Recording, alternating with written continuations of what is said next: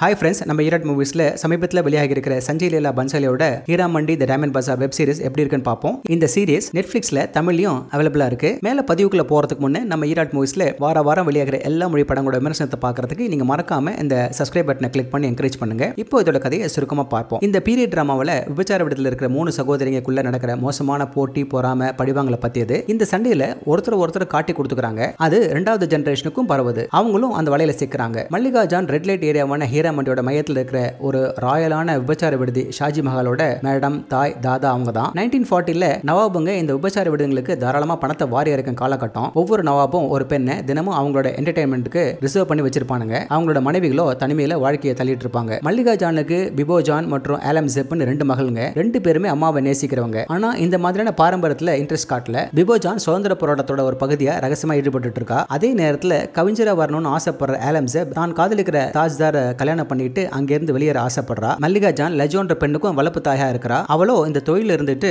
நவாப் தன்னை கல்யாணம் பண்ணிப்பான்ற ஆசையில விழுந்து மோசம் போனவ. அதனால எப்பவும் போதையிலே இருக்கிறவ. ஒரு சோகமான உருவம். மல்லிகா ஜானோட தங்கையான வகிதா மல்லிகா தன் வாழ்க்கை அடிச்சுட்டு தான் நினைச்சு அவளை வெறுக்கிறா. தனக்கு உரிமையானதையும் பறிச்சுட்டு தான் அவளை குற்றம் சொல்றா. மல்லிகா ஜான் இந்த பெண்கள் எல்லாரையும் வழிநடத்தி ஒரு செழிப்பான விபச்சார விடுதியை நடத்திட்டு இருக்கும்போது ஷாஜி மஹாலை தன் கட்டுப்பாட்டு கீழே கொண்டு வரணும்னு ஃபரிதான்ற பெண் கிட்ட இருந்து ஒரு அச்சுறுத்தல் வருது. இந்த ஃபரிதா யாரு, மல்லிகா ஜான் இந்த அச்சுறுத்தலுக்கெல்லாம் மசீருல்லான்னு இதோட 8 எபிசோடுகளை பார்க்கலாம். நவாபுங்க அவங்க மகன்களை விபச்சார விடுதிகளுக்கு எப்படி நடந்துக்கணும்னு உலகத்துல காலடி எடுத்து வைக்கிறதுக்கு முன்னே கலையை பாராட தெரிஞ்சுக்கும் அனுப்பும் காலகட்டத்தில் ஹீராமண்டி கதை அமைக்கப்பட்டிருக்கு. அதே போல அந்த சாகசக்காரங்க தங்களோட அழகு, திறமை மூலமா எப்படிப்பட்ட ஆளுங்களையும் விரல் நுனியில சுத்த வச்சு ஒரு பெருமையோட தெருக்குல சுத்தி தெரிஞ்ச காலம் அது. சஞ்சய் லீலா பன்சாலி அந்த காலத்தை அதிகாரம், பேராசை, செக்ஸ், லவ்னு இருக்கிற ஒரு சிக்கலான கதையை பின்னிருக்காரு. அங்க இருக்க பெண்கள் நவாபை கல்யாணம் பண்ணிக்கிற அளவுக்கு பாக்கியம் இல்லாம இருக்கலாம். ஆனா அவங்களோட அழகாலும் திறமையாலும் அந்த நவாபங்க மேல பெரிய கண்ட்ரோல் வச்சிருந்தாங்க. அந்த நவாபங்களுக்கும் அந்த பிராத்தல இருக்க பெண்கள் தான் அவங்க அம்மா, சகோதரி மாதிரியும் மற்றும் நம்பிக்கைக்கு உரியவங்கன்னு ஒரு குடும்ப அந்தஸ்தை கொடுத்திருந்தாங்க. ஹீராமண்டி டைமண்ட் பஜார் மூலமா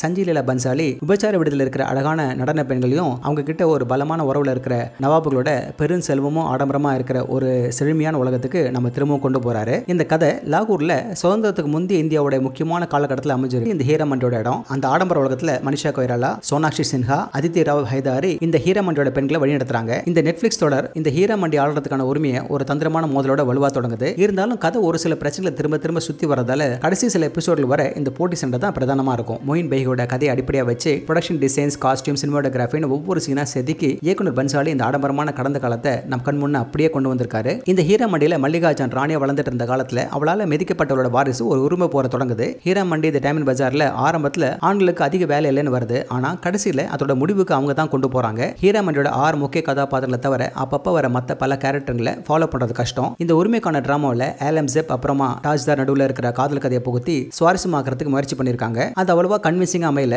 அதுக்காக நிறைய நேரத்தையும் எடுத்திருக்காங்க. அடுத்து கதை இந்தியாவோட சுதந்திரத்துக்கான போராட்டத்தை நோக்கி நகரும் போது கதையோட போக்கு குழப்பம் ஏன் இப்படின்னு தோணும். தீயா இருக்க வேண்டிய கடைசி 2 எபிசோட்ஸ் முன்ன போயிட்டு இருந்த டோன்ல இருந்து ஷிஃப்ட் ஆகி கொஞ்சம் நாம எதிர்பார்த்த அளவுக்கு அமையாம போகுது. சுதந்திர போராட்டம் தீவிரமா பேக்ரவுண்ட்ல போயிட்டு இருக்கும். ஆனா ஒரு போலீஸ் தடியாடி சில பேர் இன்குலாப் ஜிந்தாபாத் சத்தம் போறத தவிர பெருசா எதுவும் தெரியல. இதுல மல்லிகா ஜானா வர மனிஷா கைராலா ஹீராமண்டியோட மாஸ்டர் மேனிபுலேட்டரா சூப்பரா நடிச்சிருக்காரு. இந்த சீரிஸை அவரோட கம்பேக்கு நல்லா யூஸ் பண்ணிருக்காரு.